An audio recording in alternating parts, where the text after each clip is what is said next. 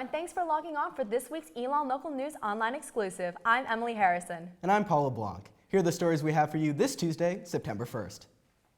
Earlier today, Elon University announced its purchase of 19.5 acres of land just west of Hunt Softball Park. This land will be the future site of the Shar Center and will host a new convocation area and stadium for major campus events, including basketball and volleyball. Dan Anderson, the vice president for University Communications, said, quote, "As envisioned, the Shar Center will be a large multi-purpose facility that will fill a long-standing need for Elon and benefit students, faculty, staff, alumni, parents, and friends of the university. It will become the location for major campus events of all type.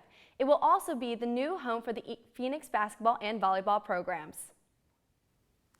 Right across from the Acorn Inn is a new 53,000-foot square residential project being built right next to Skid's Restaurant.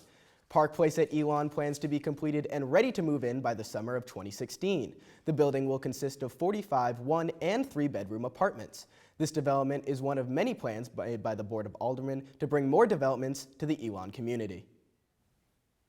Elon, we have completed our first week of the 2015-2016 school year. For freshmen, this is a milestone in their college career. Many upperclassmen are probably wishing they could go back to their freshman year and have some extra time at Elon. And many of us probably have things we wish we could tell our younger selves.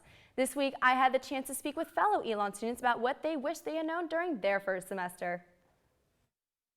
I would say to try to get off campus more and try to explore North Carolina a little bit more, like go to Hanging Rock or go to like Asheville or even just in Burlington, and like there's like a carousel festival that they do every year, like go to that.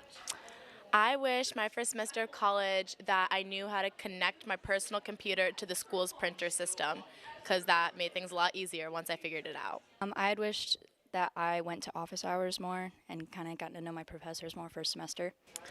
I would say don't wait till last minute to buy your textbooks, because then you're going to be stuck buying at the bookstore and they always mark up. Okay, so I wish I had known that Boar's Head Deli downstairs colonnades existed, because I always went to Acorn, which is fine, but the sandwiches here are really yummy.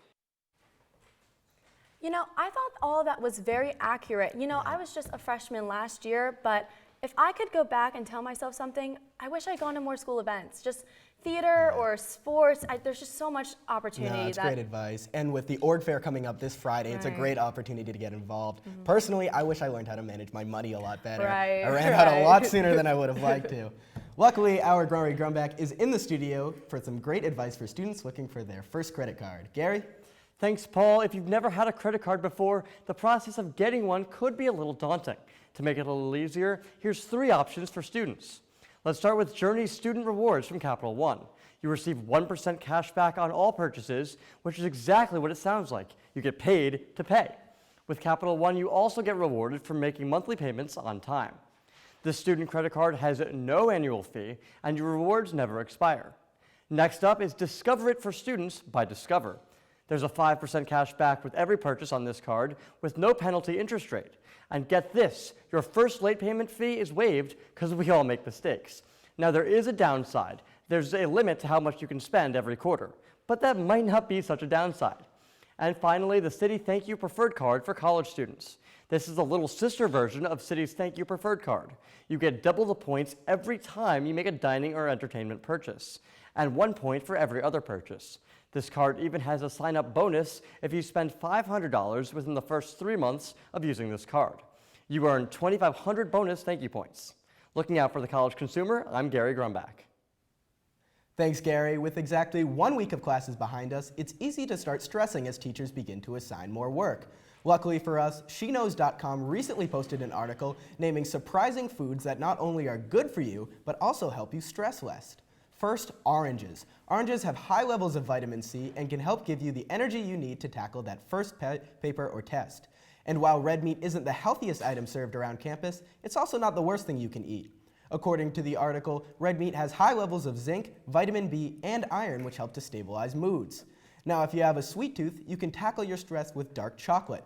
Studies have found that eating dark chocolate can not only satisfy your cravings, but also can lower your stress levels. Whatever your upcoming schedules hold, be sure that you're eating the right foods to keep your stress down and your grades up. The first Community Connections event is tonight at 7 p.m. in McKinnon Hall. Tonight's theme is Improving Race Relations in the U.S. Community Connections is hosted by the University and Times News of Burlington. 4 panelists will be in attendance to share their insight about race relations in the U.S. and to encourage conversation among the audience.